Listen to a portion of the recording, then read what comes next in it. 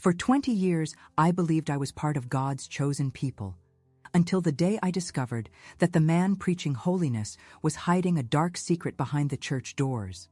Women were manipulated, silenced, and abused in the name of faith.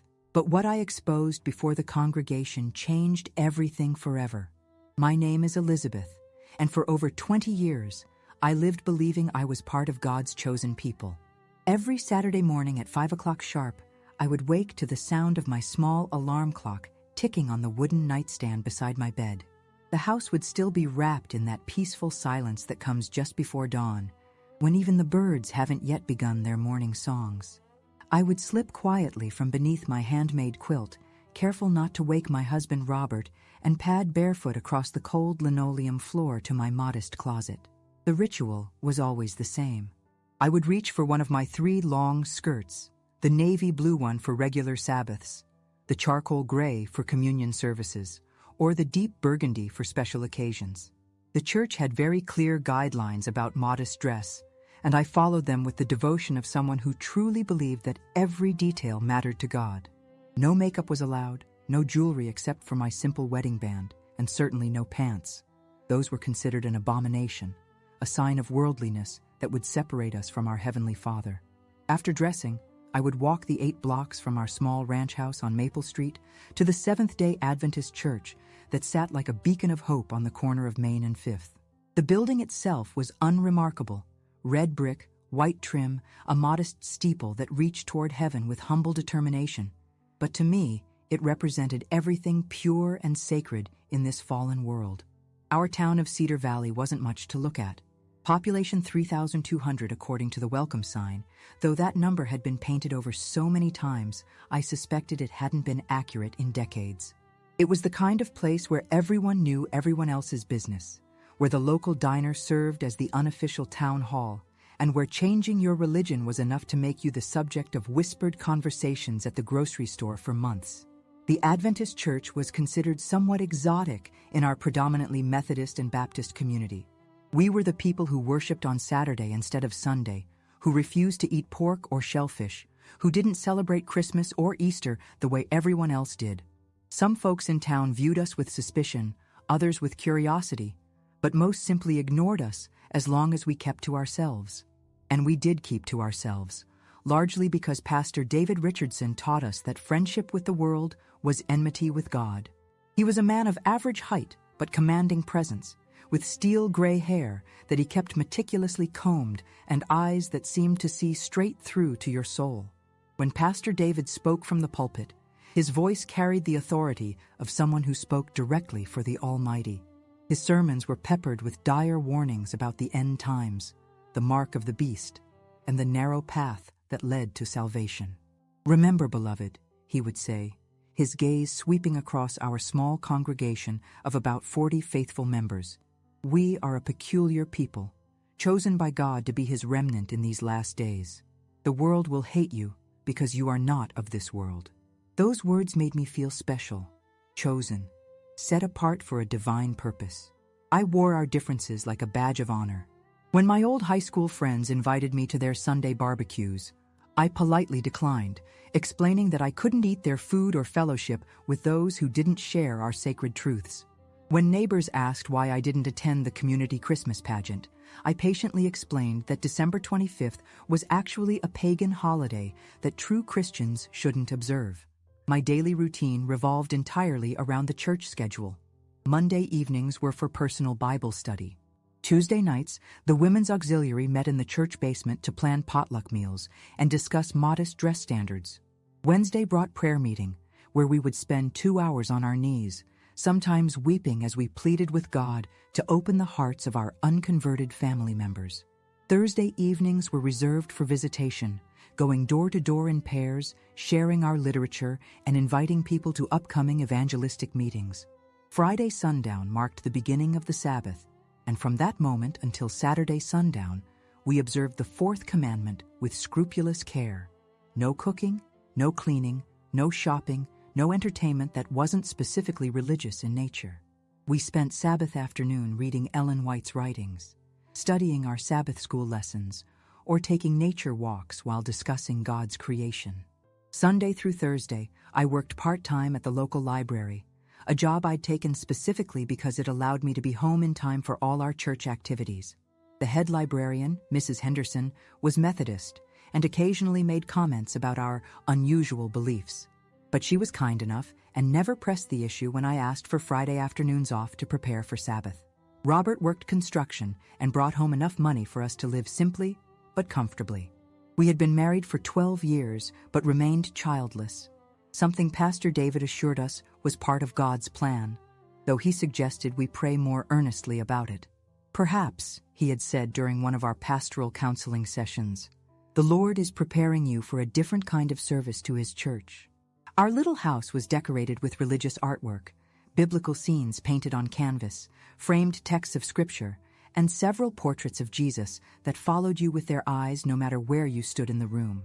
We owned no television, no radio, except for the one that received the Adventist Broadcasting Network, and no books except for our Bibles, Ellen White's complete works, and various church publications. Looking back now, I can see how completely our lives were controlled by the church structure, but at the time, it felt like freedom. Freedom from the moral confusion of the outside world, freedom from the pressure to conform to worldly standards, freedom from the uncertainty of not knowing exactly what God expected from us. Pastor David made everything crystal clear. He had answers for every question, biblical texts for every situation, and prophetic insight into the signs of the times. When world events unfolded, he would point to specific prophecies that proved we were living in the final moments of Earth's history.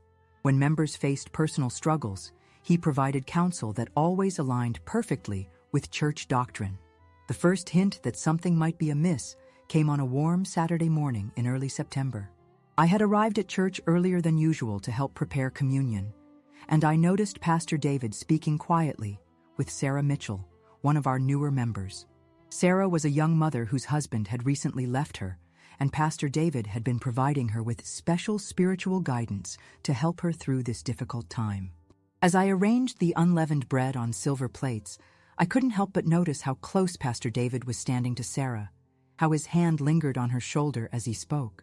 There was something about the intimacy of their conversation that made me uncomfortable, though I quickly pushed the feeling aside.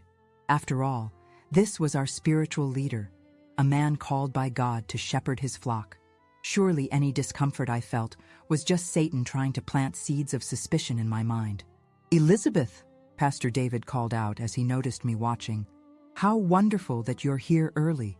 Could you help Sister Sarah understand the proper way to prepare her heart for communion?" I nodded and approached them, but something in Pastor David's eyes, a quick flash of what almost looked like annoyance at my interruption, stayed with me throughout the service that day. That small moment of unease was my first glimpse behind the carefully constructed facade of our perfect spiritual community. If I had known then what I would discover in the months ahead, I might have paid closer attention to that inner warning. But faith, as I had been taught, meant trusting completely and questioning nothing. The truth, when it finally came to light, would shatter not just my world, but the lives of dozens of women who had trusted their souls to a man who wore the mask of holiness while harboring the heart of a predator. To understand how deeply Pastor David Richardson had woven himself into the fabric of our lives, you need to know who I was before I began to see the cracks in his carefully constructed facade.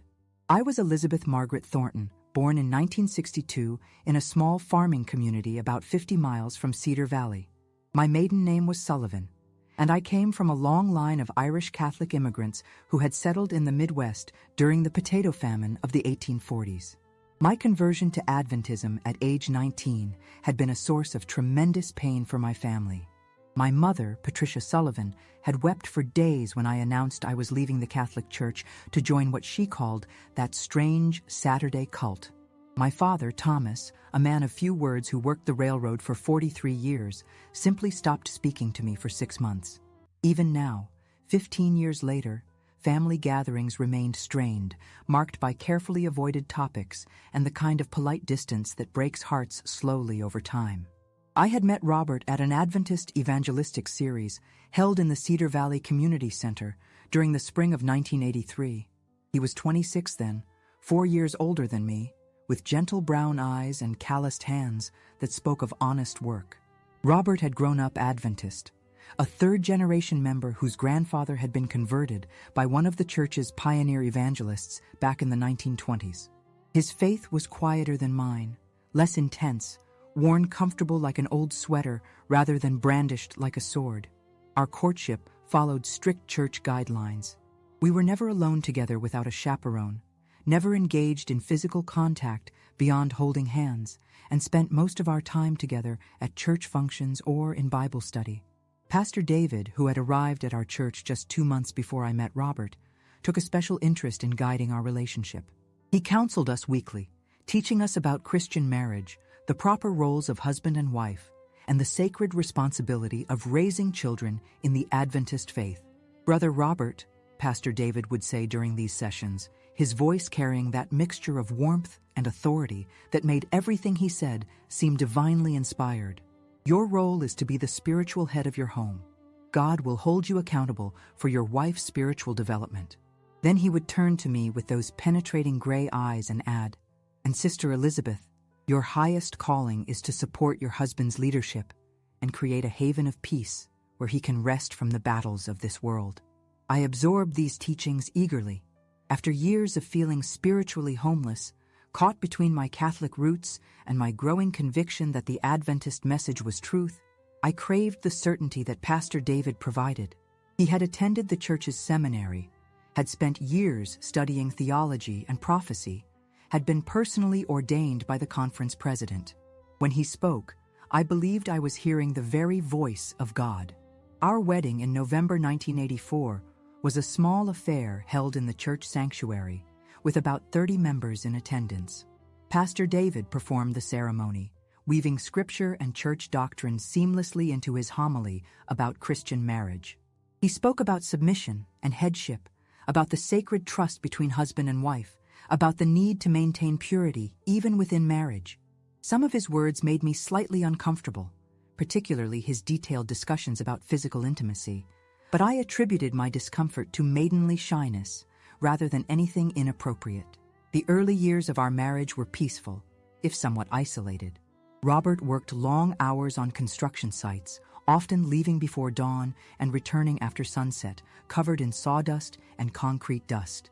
I kept house with the meticulous care that I believed honored God, following the detailed guidelines Pastor David had provided about everything from meal planning to household cleanliness. Every surface in our home gleamed, every meal was prepared according to the Adventist dietary laws, every moment was lived in conscious submission to divine will as interpreted by our spiritual leader. Pastor David himself was a complex figure who seemed to embody the perfect Christian leader. He was 52 years old when he came to our church, having served congregations in 3 other states during his 20-year ministerial career. His wife, Margaret, was a quiet woman who dressed modestly and spoke little during social gatherings. She taught the children's Sabbath school class and played piano for our church services, but always seemed to fade into the background whenever Pastor David was present.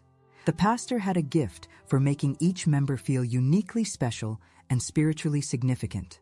He remembered everyone's birthday, inquired about family members by name, and had an uncanny ability to recall personal details from conversations that had occurred months earlier. When Sister Thompson's mother died, he spent hours at the funeral home, comforting the family and organizing meals for the grieving household. When Brother Martinez lost his job, Pastor David made phone calls to church members in other towns, networking until he found new employment opportunities. But it was with the women of the congregation that Pastor David seemed to have his greatest ministry impact. He would often say that women were naturally more spiritual than men, more sensitive to the Holy Spirit's leading, and therefore needed more careful guidance to channel their spiritual gifts appropriately. He instituted special prayer meetings for the ladies, held every Wednesday afternoon in his church office, where he would provide what he called advanced spiritual counseling. These sessions were invitation only, reserved for women who demonstrated exceptional spiritual maturity or who were facing particular challenges in their Christian walk. Being selected for these meetings was considered a tremendous honor, a sign that Pastor David saw special potential in your spiritual development. The women who attended spoke in hushed, reverent tones about the profound insights they received, the personal prophecies Pastor David shared with them, the deep spiritual breakthroughs they experienced under his guidance. Sarah Mitchell, the young mother I had noticed that morning, was one of Pastor David's most frequent counselees. She had joined our church 6 months earlier, a refugee from an abusive marriage seeking solace in our close-knit community. Sarah was 24 years old, with shoulder-length blonde hair that she kept pulled back in a simple bun, and blue eyes that often seemed clouded with the kind of sadness that comes from carrying too much pain at too young an age. Pastor David had taken Sarah under his wing immediately, explaining to the congregation that she needed extra support as she healed from the trauma of her broken marriage. He arranged for church members to help with childcare for her 3-year-old daughter, organized financial assistance to help with rent and groceries, and scheduled regular counseling sessions to address what he termed her spiritual and emotional recovery. "Sister Sarah has been wounded by the world," he announced during one Wednesday evening prayer meeting. "But God has brought her to us so that she might experience true Christian love and proper spiritual authority for the first time in her life. We must all do our part to show her what godly relationships look like." I admired Pastor David's compassion for Sarah and tried to befriend her myself, but she seemed withdrawn, almost fearful of forming close relationships with other women in the church. When I invited her for coffee or offered to watch her daughter so she could run errands, she would politely decline, explaining that Pastor David had advised her to focus on her healing rather than developing social connections that might distract from her spiritual growth. Another regular attendee of Pastor David's special counseling sessions was Linda Chen, a recent convert whose Chinese immigrant parents had disowned her for leaving Buddhism to embrace Christianity. Linda was pursuing a nursing degree at the community college and working part-time at the local hospital to support herself. She was intelligent, articulate, and deeply committed to her newfound faith, but Pastor David expressed concern about her independent spirit and what he called her feminist tendencies. "Sister Linda comes from a culture that doesn't properly understand biblical womanhood," he explained to Robert and me during one of our monthly dinner visits to the parsonage. "She's been influenced by worldly ideas about women's roles, and it's taking considerable effort to help her understand God's design for feminine submission. But praise the Lord, she's making progress under proper spiritual guidance." Linda had indeed changed during her months under Pastor David's mentorship. The confident, animated young woman who had first attended our church had become quieter, more deferential, constantly seeking approval before expressing any opinion or making any decision. When she did speak during church services or social gatherings, her comments were always prefaced with phrases like, "Pastor David has helped me understand that," or, "I've learned from my spiritual counseling that." Then there was Helen Rodriguez, a widow in her 40s whose husband had died in a farming accident 2 years earlier. Helen owned a small piece of land on the outskirts of town and had been struggling to maintain the property and support herself through part-time work at the post office. Pastor David had organized church work parties to help with repairs and maintenance on her property, but he also insisted that Helen needed ongoing spiritual support to deal with what he termed the particular temptations that face women without proper male headship. Helen attended Pastor David's counseling sessions twice weekly, and I noticed that she often seemed emotionally drained after these meetings. When I asked if she was finding the sessions helpful, she would give vague answers about working through deep spiritual issues and learning to surrender areas of independence that weren't pleasing to God. The pattern was becoming clear, though I didn't recognize it at the time. Pastor David seemed particularly drawn to women who were vulnerable, whether due to broken relationships, financial struggles, family conflicts, or cultural displacement. He positioned himself as their spiritual father, the one person who truly understood their needs and could guide them toward healing and proper Christian womanhood. But there were other women in our congregation who seemed to exist on the periphery of Pastor David's attention. The older married women like myself received general pastoral care, but were never invited to the special counseling sessions. Women who were financially stable, emotionally confident, or who had strong support systems from their families rarely warranted the intensive spiritual guidance that Pastor David lavished on the more vulnerable members. Mrs. Peterson, a retired school teacher whose husband was a deacon, once commented privately to me that she found it odd how much time Pastor David spent counseling the younger women. "In my day," she said with a slight frown, "pastors didn't spend so much time alone with female parishioners. It just wasn't considered appropriate, even for the most spiritual purposes." I had dismissed her concerns as old-fashioned thinking, the product of a generation that didn't properly understand the deeper spiritual ministries that modern pastoral care required. Pastor David had explained to us that his counseling methods were based on advanced training he had received at the seminary, techniques that previous generations of ministers hadn't been taught. He often spoke about the special anointing God had given him for ministering to wounded women, comparing himself to Jesus' compassionate care for the women who followed him. The church members trusted Pastor David completely, and why shouldn't we? He preached powerful sermons that moved us to tears, led prayer meetings where we felt the very presence of God, and demonstrated an encyclopedic knowledge of Scripture and prophecy that seemed truly inspired. When he spoke about end-time events, his predictions aligned perfectly with current world events. When he counseled families facing difficulties, his advice seemed to bring peace and resolution. More importantly, our church was growing under his leadership. New members joined regularly, attendance at midweek services increased, and the financial offerings were strong enough to support building improvements and expanded outreach programs. By every measure that mattered to church administrators, Pastor David Richardson was a successful minister who was effectively building God's kingdom in Cedar Valley. But success, as I would later learn, can be the perfect camouflage for the most dangerous predators. The very qualities that made Pastor David an effective leader, his charisma, his spiritual authority, his ability to inspire trust and devotion, were the same tools he was using to manipulate and exploit the women who looked to him for guidance and protection. The signs were there, scattered like breadcrumbs through our daily interactions. But I was too trusting, too invested in believing that our spiritual leader was everything he appeared to be. It would take a crisis in my own life to finally open my eyes to the truth that had been hiding in plain sight. The first crack in my unwavering faith in Pastor David came on a humid Thursday evening in July when I arrived early at church for our weekly visitation preparation meeting. The summer heat had been oppressive that week, the kind that makes the air feel thick as honey and causes everyone to move a little slower, speak a little softer. I had finished my library duties an hour early and decided to stop by the church to organize the visitation materials before the other members arrived. As I approached the side entrance that led directly to the education wing, I heard voices coming from Pastor David's office. The door was slightly ajar, which struck me as unusual since he typically kept it closed during his counseling sessions. Something in the tone of the conversation made me pause, though I couldn't immediately identify what felt wrong. "You don't understand how much I care about your spiritual development, Sarah." Pastor David's voice carried that familiar warmth, but there was an undertone I had never heard before, something almost intimate, possessive.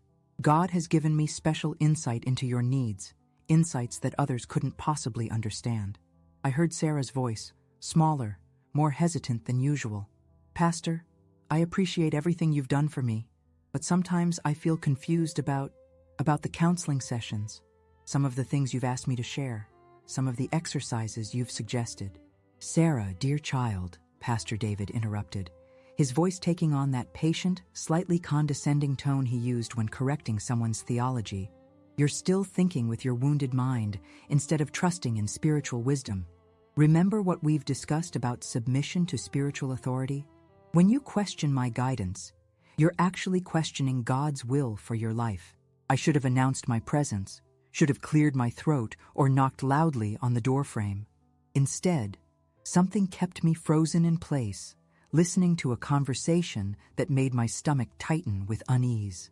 I know, Pastor. It's just that when you ask me to describe my personal experiences, my marriage problems in such detail, it makes me uncomfortable. And when you said that physical touch could be part of spiritual healing..." Sarah, Pastor David's voice grew firmer, more authoritative. "This is exactly the kind of worldly thinking that's preventing your complete healing. You've been damaged by improper male leadership, and now you're projecting those fears onto the pure spiritual guidance that God is providing through me. We've talked about this. Your resistance to proper spiritual authority is a symptom of the trauma you need to overcome. There was a long silence, and when Sarah spoke again, her voice was barely audible. I'm sorry, Pastor. You're right. I know you only want what's best for me spiritually. I'll try to trust more completely. That's my dear girl. Pastor David's voice became warm again, almost caressing. God has such beautiful plans for your life, but you have to surrender completely to His guidance. Now, shall we continue with today's session? I believe we were discussing how to properly receive spiritual comfort. I heard the sound of chairs moving, and suddenly realized I needed to leave before they discovered me listening. I quietly backed away from the door and walked quickly around to the main entrance, my heart pounding with a mixture of confusion and something I wasn't ready to name as fear. Throughout that evening's visitation meeting, I found myself stealing glances at Sarah, trying to read her expression, looking for signs of the discomfort I had heard in her voice. But she appeared normal, perhaps a bit tired, but participating in the discussions about which homes to visit and what literature to share. When Pastor David assigned her to visit the Morrison family with Brother Jenkins, she accepted the assignment with a quiet, "Yes, Pastor," and made notes in her visitation journal just like always. That night, I lay awake beside Robert, replaying the conversation I had overheard. Part of me wondered if I had misunderstood, if my imagination was adding sinister undertones to what was simply an intense counseling session. Pastor David often spoke about the need for complete honesty in spiritual healing, and perhaps Sarah's discomfort was simply the natural resistance that people feel when confronting difficult truths about themselves. But another part of me, a part I tried to suppress, kept remembering the way Pastor David's voice had changed when he called Sarah my dear girl. The possessive warmth that seemed to have nothing to do with pastoral care and everything to do with something far more personal and inappropriate. Over the following weeks, I found myself paying closer attention to Pastor David's interactions with the women in our congregation. What I began to notice troubled me deeply. During fellowship meals, he would stand unusually close to certain women while speaking with them, his hand resting on their shoulder or arm in ways that lasted just a moment too long. When he greeted the special counseling attendees with his customary handshake, I noticed his other hand would often touch their elbow or forearm, creating a double contact that seemed unnecessary and overly familiar. More disturbing were the subtle changes I observed in the women who were receiving his intensive spiritual guidance. Linda Chen, who had once been vibrant and intellectually curious, now seemed almost afraid to express any opinion without first checking Pastor David's face for approval. Helen Rodriguez had developed a nervous habit of twisting her wedding ring whenever Pastor David spoke directly to her, and I noticed she often seemed on the verge of tears during church services. Most unsettling of all was watching Sarah Mitchell's transformation. The young woman who had arrived at our church seeking healing and community was becoming increasingly isolated, even from the other women who wanted to befriend her. When I approached her after services to invite her for coffee or offer help with her daughter, she would glance quickly toward Pastor David before declining, as if seeking permission to accept or refuse social invitations. "Pastor David says I need to focus on my spiritual healing right now," she would explain apologetically. "He's concerned that too many social distractions might interfere with the progress I'm making in counseling. But thank you for thinking of me, Sister Elizabeth." The explanation always sounded rehearsed, as if she had been coached on how to deflect well-meaning overtures from other church members. And increasingly, I noticed that Sarah's spiritual healing seemed to require an enormous amount of Pastor David's personal attention. She was at the church for counseling sessions twice weekly, sometimes 3 times when she was dealing with what Pastor David described as spiritual breakthrough moments that required immediate pastoral intervention. One Wednesday afternoon, I had stopped by the church to deliver some items for the upcoming potluck dinner when I encountered Sarah leaving Pastor David's office. Her eyes were red-rimmed as if she had been crying, and her usually neat appearance seemed disheveled. When she saw me, she quickly looked away and hurried toward the exit without her usual polite greeting.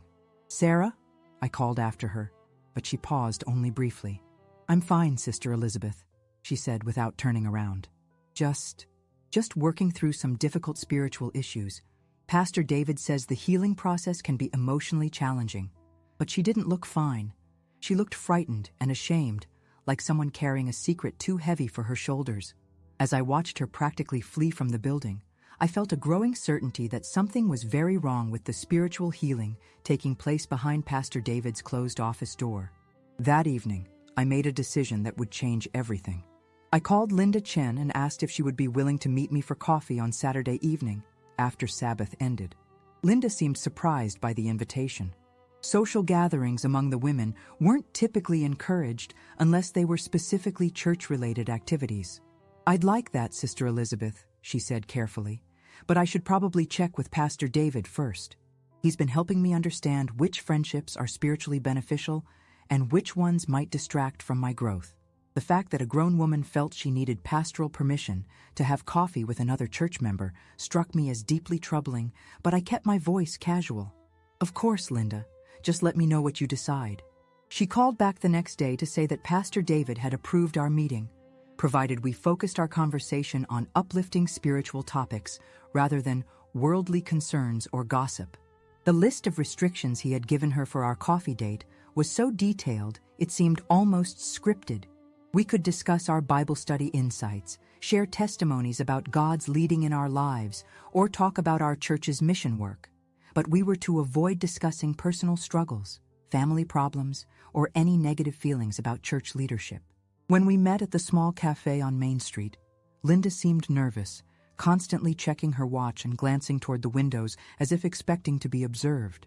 Our conversation felt stilted and artificial, with Linda carefully steering away from any topic that might violate Pastor David's guidelines. But as the evening progressed and we moved away from the prescribed safe subjects, I began to see glimpses of the intelligent, independent woman Linda had been before months of intensive spiritual counseling. "Sometimes I wonder what happened to the person I used to be," she said quietly, stirring her coffee with unnecessary attention. "Before I joined the church, I used to have opinions about things. Used to make decisions without needing someone else's approval for everything." "You can still have opinions, Linda," I said gently. "God gave you a mind to use, not just to surrender to someone else's thinking." She looked up sharply, as if I had suggested something dangerously heretical. "Pastor David says that kind of thinking is what got women into trouble in the first place. That's how Satan deceived Eve, by encouraging her to trust her own judgment instead of submitting to proper spiritual authority." "But Linda," I pressed carefully, "you're an intelligent woman. You're studying to be a nurse, making important decisions about people's health and welfare. Surely God expects you to use your judgment in those situations." "That's different," she said, but her voice lacked conviction. "That's just worldly knowledge. Spiritual matters require spiritual guidance from someone who has the proper calling and training." We talked for another hour, and gradually, Linda began to open up about some of her doubts and concerns. She described counseling sessions that seemed to focus heavily on her past relationships, requiring her to share intimate details about her experiences with men before her conversion.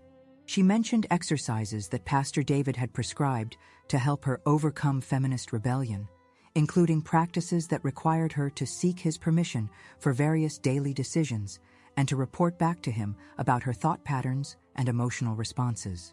"Sometimes the counseling feels invasive," she admitted reluctantly. "But Pastor David explains that real spiritual healing requires complete transparency. He says my discomfort is just evidence of how much work still needs to be done to overcome my worldly programming." As I listened to Linda describe her counseling experiences, a cold certainty settled in my chest. The pattern was unmistakable: isolation from supportive relationships, demands for increasingly intimate personal information, the systematic undermining of the woman's confidence in her own judgment and intuition. Pastor David wasn't providing spiritual guidance. He was implementing a careful program of psychological manipulation and control. The conversation with Linda opened my eyes to how systematically Pastor David had been exploiting the vulnerable women in our congregation. But it also made me realize how dangerous it would be to challenge him directly. Linda's response to my gentle questions showed how completely she had internalized his teachings about submission to spiritual authority. If I tried to warn her more explicitly about what I suspected, she would almost certainly report our conversation to Pastor David as evidence of my rebellious spirit or feminist influence. Over the next few weeks, I began to pay even closer attention to the dynamics within our church community. I noticed how Pastor David would often preach sermons that seemed specifically designed to reinforce the isolation and dependency of his counseling subjects. He would speak about the dangers of worldly friendships that might undermine spiritual growth, the importance of receiving guidance only from properly ordained spiritual leaders, and the subtle ways that Satan could use well-meaning church members to plant seeds of doubt about legitimate pastoral authority. There are some among us, he said during one particularly pointed sermon, who may be struggling with submission to spiritual leadership. They may try to influence others with their questions and doubts, not realizing they are being used as instruments of discord. We must be vigilant against such influences, beloved. When someone encourages you to question the guidance of your spiritual shepherd, you can be certain that this counsel is not coming from God. His eyes seemed to linger on me as he spoke those words, and I felt a chill of recognition. Somehow, he knew that I was beginning to see through his carefully constructed facade. Perhaps Linda had mentioned our conversation despite her promise of confidentiality, or perhaps my increased scrutiny of his behavior had become noticeable. Either way, I realized I was now under observation, my every word and action being evaluated for signs of disloyalty or rebellion. The realization that Pastor David was aware of my suspicions both terrified and galvanized me. I understood that I was now in a precarious position, isolated within my own church community, married to a man who revered our spiritual leader without question, surrounded by people who had been conditioned to view any criticism of pastoral authority as evidence of spiritual rebellion. But I also understood that I might be the only person in our congregation who was both aware of what was happening and in a position to do something about it. The women who were being directly victimized were too psychologically manipulated to recognize the abuse, too isolated to seek help, and too conditioned to submit to authority to speak out against their abuser. The other church members trusted Pastor David completely and would likely view any accusations against him as attacks on God's chosen servant. As I grappled with this terrible knowledge, I found myself remembering a conversation I had overheard between my mother and her sister many years ago, back when I was still a teenager living at home. They had been discussing a priest in their parish who had been quietly transferred to another diocese after rumors of inappropriate behavior with young parishioners.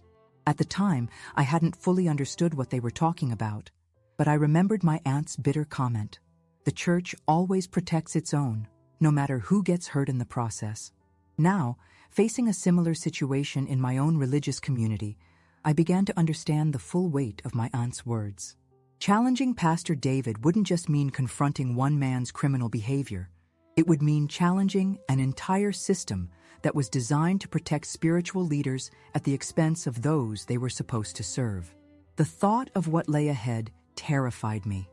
I knew that speaking out would almost certainly destroy my marriage, my friendships, my place in the only community I had known as an adult.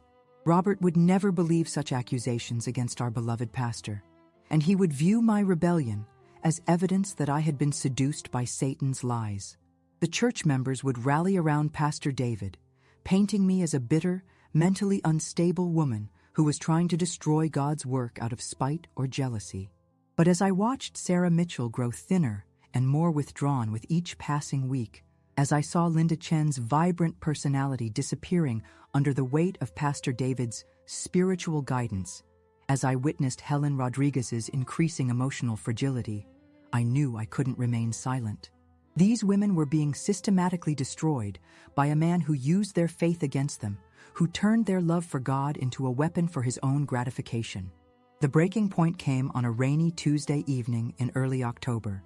I had stopped by the church to pick up some materials for the upcoming evangelistic series when I heard raised voices coming from Pastor David's office.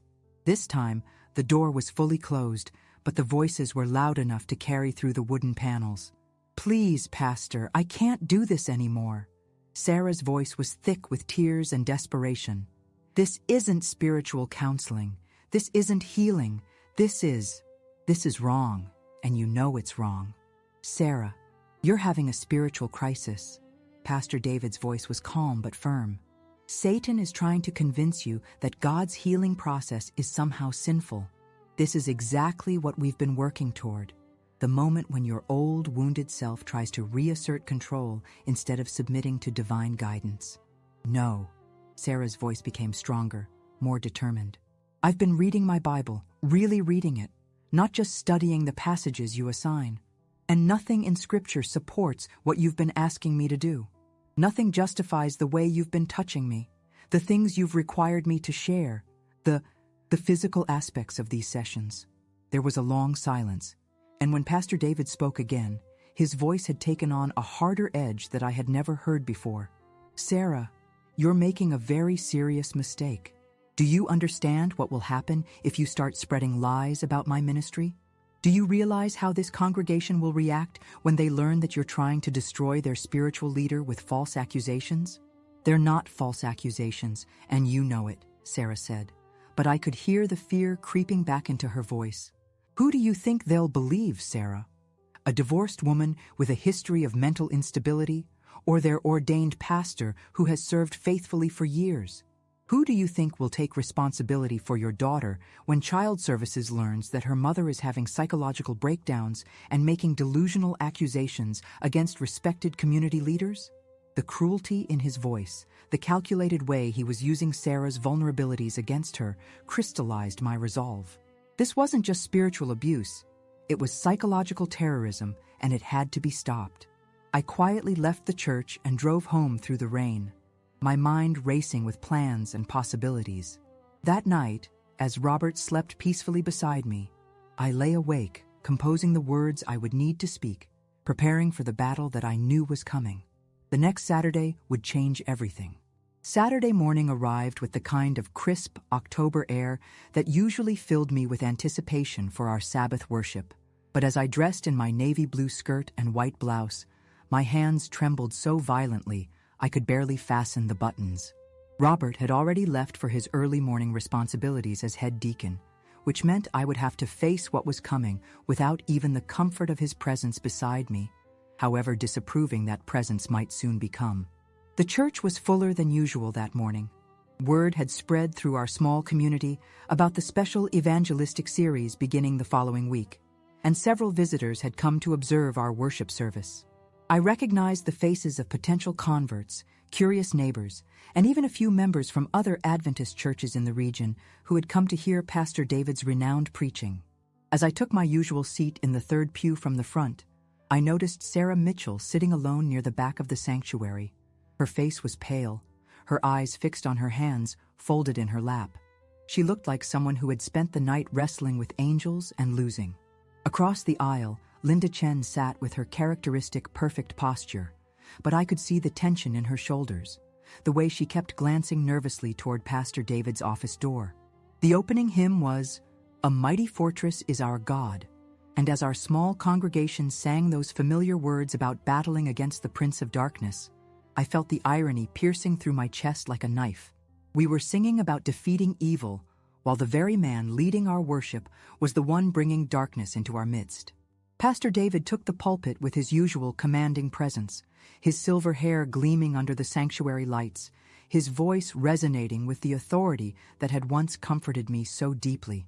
His sermon that morning was about Ephesians chapter 6, putting on the whole armor of God to stand against the wiles of the devil. He spoke eloquently about spiritual warfare, about the need to discern between true servants of God and those who would come disguised as angels of light. "The enemy is subtle, beloved," he declared, his eyes sweeping across the congregation with practiced sincerity.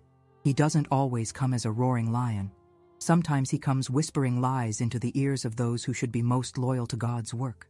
Sometimes he plants seeds of suspicion and discord in the hearts of church members, turning them against their spiritual shepherds." As he spoke, I felt his gaze rest on me for just a moment longer than normal, and I saw something in his eyes that confirmed my worst fears. He knew that I had been listening, had been watching, had been putting together the pieces of his carefully concealed predatory behavior. This sermon wasn't just general spiritual instruction. It was a warning, a preemptive strike designed to discredit anything I might be planning to say. The service continued with special music, announcements about the upcoming evangelistic meetings, and a particularly lengthy prayer where Pastor David asked God to protect the church from divisive influences and false accusations that might arise to harm his work. Every word felt like it was aimed directly at me, designed to paint me as the enemy before I could even open my mouth. When Pastor David finally concluded his sermon and opened the service for testimonies and prayer requests, the sanctuary fell into the familiar quiet expectancy that marked this portion of our worship. Usually, this time was filled with gratitude for answered prayers, requests for healing for sick family members, and thanksgiving for God's blessings during the week. My heart hammered against my ribs as I slowly stood up from my seat. The rustling of my skirt seemed impossibly loud in the hushed sanctuary. I could feel every eye in the room turning toward me, could sense the expectant smiles of church members who assumed I was about to share some routine testimony about God's goodness in my life. "Brothers and sisters," I began, my voice sounding strange and distant to my own ears. "I need to share something with you that is difficult and painful, but absolutely necessary." I saw Pastor David's expression shift almost imperceptibly, the practiced smile remaining on his lips, but something colder entering his eyes. Behind him, Margaret Richardson sat at the piano bench, her face a mask of polite attention that betrayed no awareness of what was about to unfold. "For months now, I have been observing behaviors in our church leadership that deeply concern me," I continued, my voice growing stronger as the words I had rehearsed through countless sleepless nights finally found their way into the light. "I have watched as vulnerable women in our congregation have been isolated, manipulated, and abused under the guise of spiritual counseling." The silence in the sanctuary became absolute. I could see shock, confusion, and disbelief rippling across the faces of my fellow church members. Someone in the back pews gasped audibly. Robert, sitting in his deacon's chair near the front, looked as if I had physically struck him. "Sister Elizabeth," Pastor David's voice cut through the tension with practiced calm, "I can see that you're upset about something. Perhaps this would be better discussed privately, in a more appropriate setting." But I knew that if I allowed myself to be silenced now, if I retreated into private discussion where his manipulative skills could be brought to bear without witnesses, the truth would be buried forever, and more women would suffer. "No, Pastor David," I said, turning to face him directly. "This needs to be said publicly, because the abuse has been happening publicly, hidden in plain sight, while all of us chose not to see it." I turned back to the congregation, many of whom were now shifting uncomfortably in their seats, whispering among themselves, clearly uncertain about what they were witnessing. "Sarah Mitchell," I said, looking directly at the young woman in the back pew, "you don't have to carry this burden alone anymore. What he has done to you in the name of spiritual counseling is not healing. It is abuse. It is not God's will. It is one man's sin being covered by his position of authority." Sarah's face crumpled, and she buried her face in her hands, her shoulders shaking with suppressed sobs. But she didn't deny my words, and her reaction spoke louder than any verbal confirmation could have.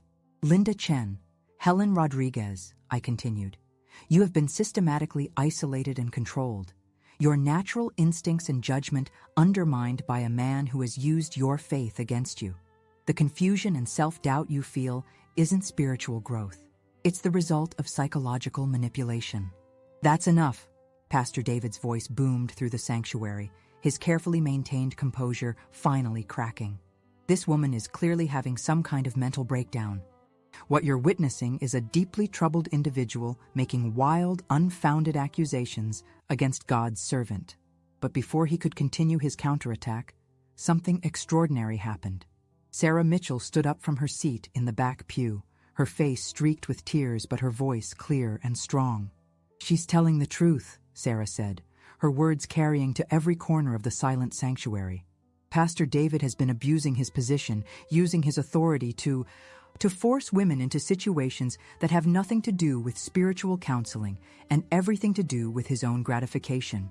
The explosion of voices that followed her confirmation was immediate and chaotic. Some church members rose from their seats in shock, others began talking loudly among themselves, and a few of the visitors quietly slipped toward the exits. Pastor David began speaking rapidly, trying to regain control of the situation, but his voice was lost in the growing tumult. Then Linda Chen stood up, her face pale but determined. "Sarah is right," she said simply. I've been too afraid to admit it, even to myself. But what happened in those counseling sessions wasn't spiritual guidance. It was abuse. One by one, other women began to stand. Not just the ones I had suspected, but others whose involvement I hadn't even known about. Each confirmation was like another stone thrown at a carefully constructed facade, and I watched Pastor David's empire of manipulation begin to crumble before our eyes.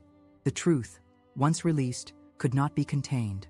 The aftermath of that Saturday morning revelation was unlike anything our small congregation had ever experienced. What had begun as a routine worship service had transformed into something that would fundamentally alter the lives of everyone present. The sanctuary, which moments before had been filled with the respectful quiet of Sabbath worship, now buzzed with shocked conversations, tears, and the kind of emotional chaos that comes when long-held beliefs are suddenly shattered. Pastor David attempted to regain control of the situation, his voice rising above the din as he called for order and calm. "Brothers and sisters, please," he said, his hands raised in a gesture that had once commanded immediate respect and attention. "We are witnessing a coordinated attack on God's work here. These accusations are the result of a spirit of rebellion that has been allowed to take root in our congregation." But his words no longer carried their former power.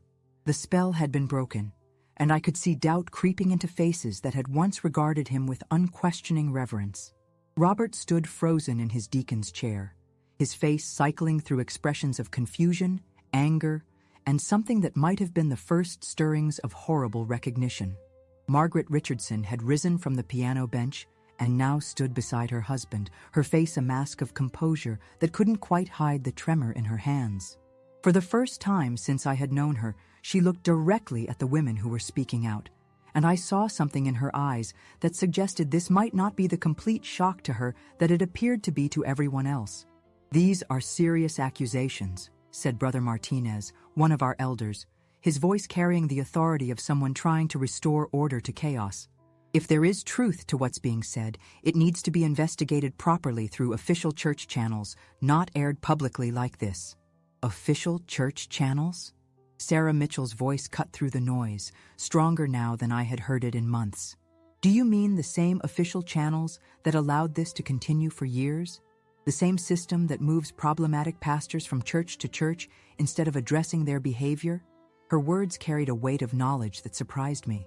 Somehow, Sarah had learned about Pastor David's history, about the pattern of behavior that had brought him to our church in the first place.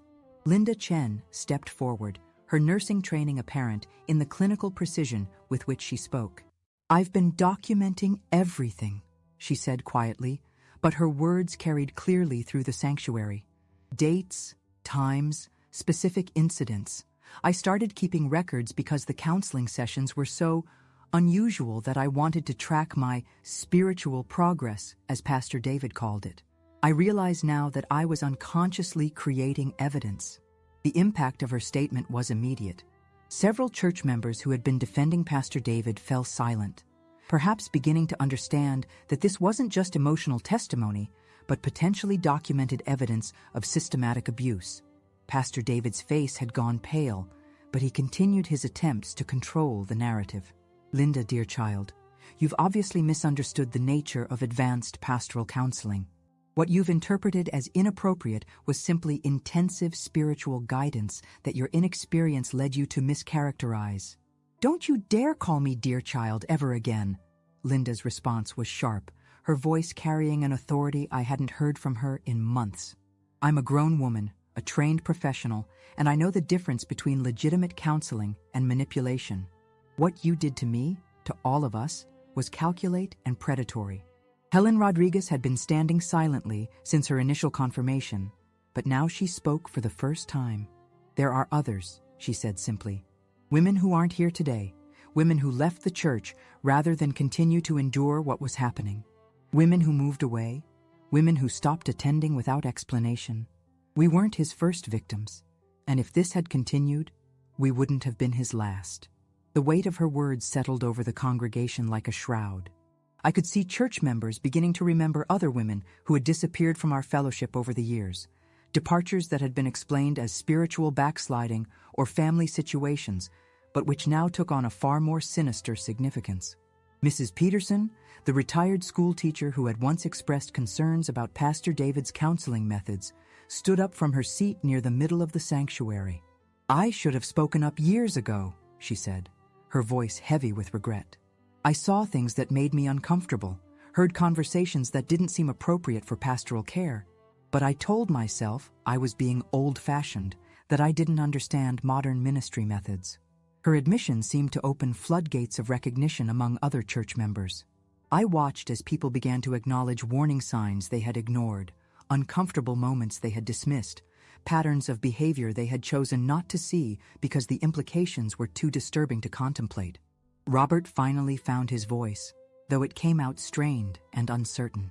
"Elizabeth," he said, looking at me as if I were a stranger, "how long have you known about this?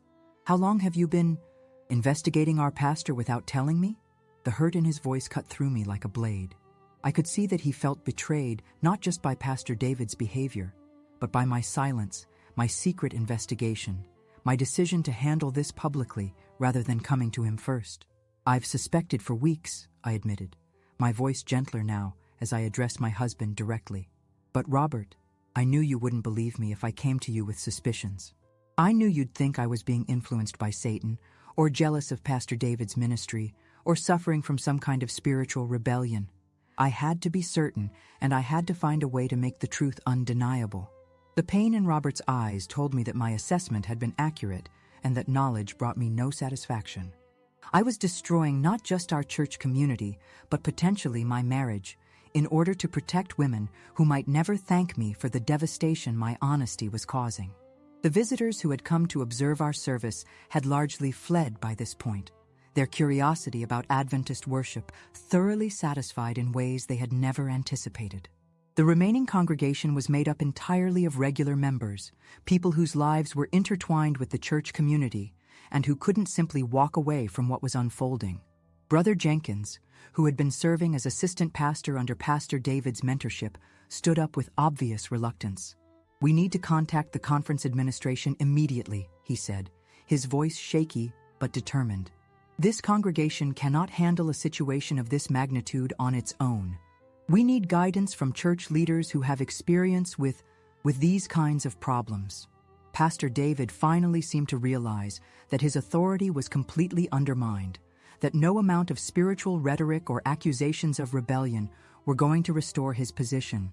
His shoulders sagged slightly, and for the first time since I had known him, he looked like an ordinary man rather than a commanding spiritual leader.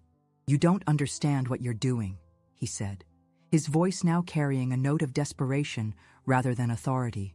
"This church has grown and prospered under my leadership.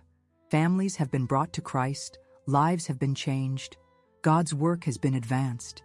Are you willing to destroy all of that for the sake of a few misunderstandings?" "Misunderstandings?" Sarah's voice rose sharply. "Is that what you call sexual abuse disguised as spiritual counseling? Is that what you call using your position of trust to manipulate and exploit vulnerable women?" The word sexual hung in the air like an electric charge. Until that moment, the accusations had been somewhat vague, couched in terms of inappropriate counseling and abuse of authority. But Sarah's explicit statement removed any possibility of misinterpretation or minimization. Margaret Richardson suddenly stepped away from her husband, the movement subtle but unmistakable to everyone watching. When she spoke, her voice was quiet, but clear enough to be heard throughout the sanctuary. "I've known," she said simply. "Not the details, not the extent, but I've known something was wrong for years. I told myself it was just his passionate commitment to helping people, his intense care for struggling church members. I chose not to look too closely because I was afraid of what I might find." Her admission completed the collapse of Pastor David's position. If his own wife acknowledged awareness of problematic behavior, no one could continue to claim that the accusations were fabricated or exaggerated. The next hour passed in a blur of difficult conversations, tears, and the kind of painful honesty that reshapes relationships forever. Church members who had been close friends found themselves on opposite sides of painful divides. Some rallied around the women who had spoken out, offering support and apologies for not seeing the signs sooner. Others, particularly some of the older men who had worked closely with Pastor David in church leadership, struggled to reconcile their admiration for his ministry with the growing evidence of his misconduct. By the time the conference president arrived that evening, accompanied by a team of administrators trained in handling pastoral misconduct, Pastor David had already left town. Margaret remained to face the investigation, but her husband had simply vanished, leaving behind his church, his congregation, and the wreckage of lives he had damaged in pursuit of his own gratification. The weeks that followed were among the most difficult of my life. The investigation confirmed everything we had revealed and uncovered additional victims from Pastor David's previous assignments. But validation came at a tremendous personal cost. Robert's faith was shattered, not just in Pastor David, but in the entire church structure that had allowed such abuse to continue. Our marriage became strained to the breaking point as he struggled to process the destruction of everything he had believed about spiritual authority and divine protection. Some church members blamed me for bringing down their beloved leader, suggesting that I could have handled the situation more quietly, more gracefully, in ways that wouldn't have destroyed the congregation's unity and reputation in the community. Others thanked me for my courage, but seemed uncomfortable around me, as if my willingness to challenge authority made me a potentially dangerous person to have in their midst. But despite the personal cost, despite the painful aftermath and the slow process of healing that lay ahead, I knew I had made the right choice. The women who had been suffering in silence were finally free to begin their recovery. The pattern of abuse that had continued for years across multiple congregations had finally been broken. Most importantly, I had learned that sometimes protecting the innocent requires destroying the structures that shelter the guilty, even when those structures include your own life. 5 years have passed since that devastating Saturday morning, when truth shattered the carefully constructed world of our small Adventist congregation. As I sit in my kitchen this quiet Sunday afternoon, watching the golden autumn light filter through the curtains I sewed myself 3 years ago, I can finally say that the wounds have begun to heal, though the scars remain as permanent reminders of lessons learned at tremendous cost. The immediate aftermath was more painful than I could have anticipated. Within 6 months of Pastor David's disappearance and the subsequent investigation, our congregation had dwindled from 40 active members to fewer than 15. Some families transferred to other Adventist churches in neighboring towns, unable to bear the shame and gossip that followed our community wherever we went. Others, like Robert, simply stopped attending church altogether, their faith too damaged to sustain continued participation in organized religion. Robert and I separated for 8 months. The man I had married couldn't reconcile himself to the woman who had destroyed his spiritual universe, even though he intellectually understood the necessity of my actions. He moved into a small apartment above the hardware store and worked longer hours than ever, as if physical exhaustion could quiet the questions that tormented his mind during quiet moments. "I know you did the right thing," he told me during one of our painful conversations in the lawyer's office where we were discussing divorce proceedings. "I know Pastor David was a predator and that women were being hurt. But Elizabeth, you destroyed everything I believed about God, about church, about authority, about truth. I don't know how to rebuild a life from that kind of devastation." The divorce papers were never filed. Something about the Christmas season of that difficult year softened both our hearts enough to attempt reconciliation. Robert began seeing a counselor, not a pastor or spiritual advisor, but a licensed therapist who helped him process the trauma of discovering that his spiritual father had been a wolf in shepherd's clothing. Slowly, painfully, we learned to build a marriage based on honest communication rather than shared religious authority structures. We never returned to organized religion. Sunday mornings in our house now involve long walks in the state park, quiet conversations over coffee, and a kind of spiritual reflection that feels more authentic than any formal worship service I ever attended. Robert still struggles with faith questions, but he no longer looks to human leaders for divine guidance. "If God exists," he says, "I figure he's big enough to communicate with me directly without needing a middleman who might have his own agenda." Sarah Mitchell proved to be stronger than any of us had imagined. After the initial trauma of publicly confronting her abuser, she seemed to bloom like a flower finally receiving adequate sunlight. She completed her GED, enrolled in community college, and eventually became a victim's advocate specializing in religious abuse cases. Her daughter, now 9 years old, is growing up with a mother who models courage, independence, and the kind of faith that doesn't require submission to harmful authority. "You saved my life," Sarah told me last spring when she visited to deliver a copy of her bachelor's degree. "Not just from Pastor David, but from the mindset that made me vulnerable to people like him. I'm teaching my daughter to question everything, to trust her instincts, and to never let anyone use God's name to make her do things that feel wrong." Linda Chen finished her nursing degree and now works in the psychiatric unit at the regional hospital. She married a fellow nurse, a kind, gentle man who supports her advocacy work with religious abuse survivors. Linda has become something of an expert on the psychological techniques used by spiritual predators, and she frequently speaks at conferences for mental health professionals about recognizing and treating victims of religious trauma. "The most insidious part," she explained to me during one of our annual coffee meetings, "is how they use your own faith against you. They make you believe that resisting their abuse is the same as resisting God." Recovery requires learning to separate authentic spirituality from the control mechanisms that predators attach to it. Helen Rodriguez sold her farm and moved to the city to be closer to her adult children. The change of environment helped her heal from years of manipulation and control. She joined a progressive Methodist church that emphasizes social justice over rigid doctrine. And she volunteers with an organization that helps women leave abusive religious communities. The investigation into Pastor David's history revealed a pattern spanning more than 15 years and affecting dozens of women across 4 different states. He had been quietly transferred from congregation to congregation whenever rumors or complaints began to surface, with church administrators choosing institutional protection over victim welfare. The conference eventually settled multiple lawsuits and implemented new policies for handling misconduct allegations, though critics argue the changes are insufficient. Pastor David himself was never prosecuted. By the time law enforcement became involved, too many years had passed for criminal charges to be viable in most cases. He disappeared into a different state, and last anyone heard, he was working as a sales representative for a religious publishing company.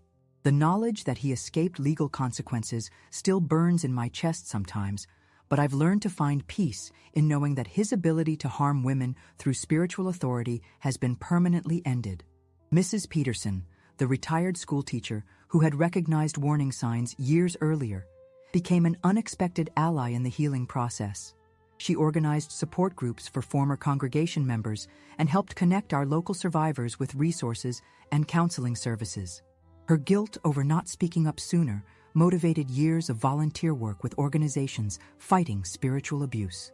"I learned that good people staying silent is how evil people stay in power," she told me with characteristic directness. "I'll never make that mistake again." The small group of church members who remained committed to Adventist faith eventually merged with a congregation 2 towns over. They invited Robert and me to join them, promising a fresh start and new leadership, but we declined. The institutional structure that had protected Pastor David for so long seemed irreparably compromised to us, regardless of the sincere efforts of individual members to create safer communities. Some people in our town still view me as the woman who destroyed a church. At the grocery store or the post office, I occasionally catch whispered conversations and sideways glances from people who believe I should have handled things differently, more quietly, with greater concern for institutional reputation. But I also receive letters from women across the country who read news accounts of our situation and found the courage to confront their own experiences with spiritual abuse. "Your story gave me permission to trust my own instincts," wrote one woman from Oregon. "I'd been telling myself for years that the problems in my church were in my head, that I was being too sensitive or rebellious. Reading about your courage helped me realize that sometimes the most faithful thing you can do is refuse to enable evil, even when that evil is hiding behind religious authority." These letters sustain me during moments when I wonder if the devastation was worth it. Each woman who finds her voice, each congregation that implements better safeguards, each spiritual leader who thinks twice before exploiting their position represents a victory that extends far beyond our small community. Looking back, I understand that my life divided into 2 distinct chapters that Saturday morning 5 years ago. Before, I was Elizabeth, the obedient church member, seeking approval from human authorities and confusing submission with spirituality. After, I became Elizabeth, the truth-teller, willing to pay any personal cost to protect the vulnerable from those who would exploit their faith. The second version of myself is harder to live with some days, but she's also more authentic, more genuinely connected to whatever divine presence might exist in this complicated world. She knows that real faith sometimes requires destroying false idols, even when those idols wear clerical collars and speak in the name of God. This is a real story shared by one of our subscribers. Thank you so much for trusting us with this. If you also have a story you'd like to share, write in the comments. We would be very happy to tell your story on our channel.